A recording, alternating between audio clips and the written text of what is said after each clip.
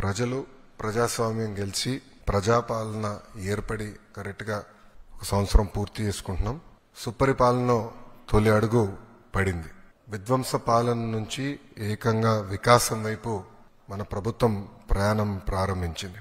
కేంద్రంలో ప్రధానమంత్రి గారు, రాష్ట్రంలో గౌరవ ముఖ్యమంత్రి చంద్రబాబు నాయుడు గారి నాయకత్వంలో ఆంధ్ర రాష్ట్రంలో డబుల్ ఇంజిన్ సర్కార్ అనేది ఈరోజు నడుస్తుంది. ఒక ఉద్యోగాల విషయంలో చూస్తే మెగా డిఎస్సి ఏర్పాటు చేసి ఏకంగా 16,347 పోస్టులు ఈరోజు ప్రజాప్రభుత్వం భర్తీ చేస్తుంది. ఈ మెగా డిఎస్సిని ఎట్టి పరిస్థితులు ఆపాలని ప్రతిపక్ష పార్టీ సుమారుగా 24 కేసులు, ఈ రోజుతో 24వ కేసు కూడా డిస్మిస్ అయింది సుప్రీంకోర్టులో. 24 కేసులు వేశారు. అయినా అవన్నీ తట్టుకుని డిఎస్సి ప్రక్రియ మేము పూర్తి చేస్తున్నాం. గడిచిన 10 సంవత్సరాల్లో రాని పెట్టుబడులు ఈ సంవత్సరంలో తీసుకొస్తాం జరిగింది. 9.5 లక్షల కోట్ల పెట్టుబడి, తద్వారా 8.5 లక్షల మందికి ఉద్యోగాలు కల్పించడానికి మేము ఒప్పందాలు కుదుర్చుకున్నాం. అనేక దశల్లో ఆ ఇన్వెస్ట్మెంట్స్ ఉన్నాయి. డొమెస్టిక్ ఇన్వెస్ట్మెంట్స్ లో చూస్తే ఈరోజు భారతదేశంలోనే ఆంధ్ర రాష్ట్రం నంబర్ 1 ఉంది. 16% డొమెస్టిక్ ఇన్వెస్ట్మెంట్స్ లో ఆంధ్ర రాష్ట్రానికి వస్తాం జరిగింది.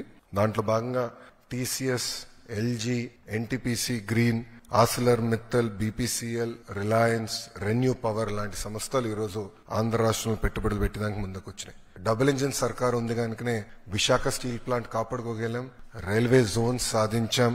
అంతేకాకుండా భోగాపురం ఎయిర్పోర్ట్ పనులు కూడా వేగవంతంగా ఈరోజు జరుగుతున్నాయి.